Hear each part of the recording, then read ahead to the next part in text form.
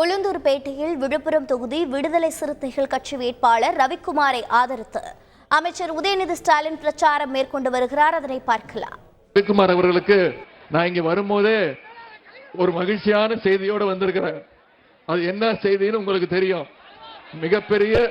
மிகப்பெரிய சட்ட போராட்டத்தை நடத்தி நம்முடைய விடுதலை சிறுத்தைகள் கட்சிக்கு பானை சின்னத்தை நாம நீதிமன்றம் வரைக்கும் சென்று வாங்கியிருக்கின்றோம். இதிலிருந்தே ஒன்றிய பாஜக அரசு மற்ற கட்சிகள் எதிர்கட்சிகள்லாம் எப்படி பழிவாங்குதுன்னு உங்களுக்கு தெரியும்.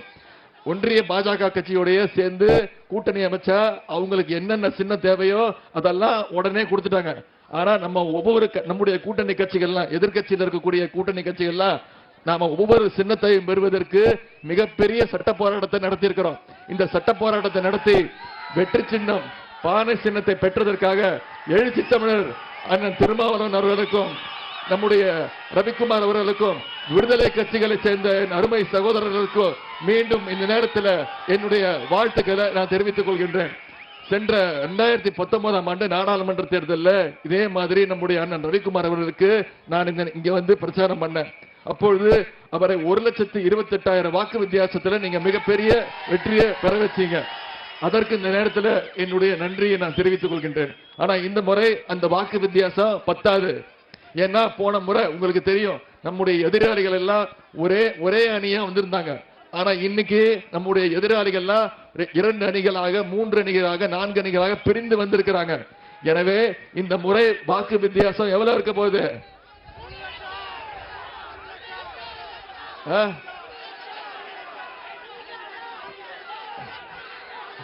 நீ சொல்லிட்டு போயிருவீங்க. நான் இந்த இடத்துல உங்ககிட்ட ஒரு வேண்டுகோள் வைக்கிறேன், ஒரு அன்பான வேண்டுகோள் வைக்கிறேன், ஒரு சவால் விடுறேன். நீங்க அண்ணன் ரவிக்குமார் அவர்களை பானை சின்னத்தில் வாக்களிச்சு குறைந்தது 3 லட்சம் வாக்கு வித்தியாசத்தில் ஜெயிக்க வச்சிட்டீங்கன்னா எனக்கு இங்கிருந்து சென்னை இங்கிருந்து ஒரு 2 மணி நேரம் தான். நான் உங்களுக்கு ஒரு வாக்குறுதி கொடுக்கிறேன். 3 லட்சம் வாக்கு வித்தியாசத்துல அண்ணன் அவர்கள் ஜெயிக்க வச்சு எதிர்த்து எந்த கொம்ப நின்னாலும் டெபாசிட் போற அளவுக்கு நீங்க இந்த பிரச்சாரத்தை மேற்கொண்டு அவர் வெற்றி பெற வச்சீங்கன்னா நான் மாதம் 2 முறை இந்த விழுப்புரம் தொகுதிக்கு வருகை தந்து உங்களுடைய நாடாளுமன்ற உறுப்பினர், உங்களுடைய மாவட்ட கழக செயலாளர், உங்களுடைய அமைச்சரோட சேர்ந்து இந்த விழுப்புரம் நாடாளுமன்ற தொகுதிக்கு தேவையான அனைத்து வசதிகளையும் நம்முடைய மாண்பு முதலமைச்சர் எடுத்து சென்று அனைத்து உதவிகளையும் அனைத்து வசதிகளையும் செய்து தருவேன் அந்த வாக்குறுதியை நான் கொடுக்கிறேன். இப்போ நான் வாக்குறுதி கொடுத்துட்டேன். நான் சொன்னதை காப்பாத்துவேன். சொல்ல காப்பாத்துவேன் இந்த உதயநிதி.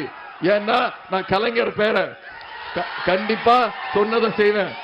நீங்களும் கலைஞர் பேரன் தான், நீங்களும் பெரியாருடைய பேரன் தான், நீங்களும் பேரறிஞர் அண்ணாவுடைய பேரன்கள் தான். நாம அத்தனை பேரும் கொள்கை பேரன்கள், லட்சிய பேரன்கள்.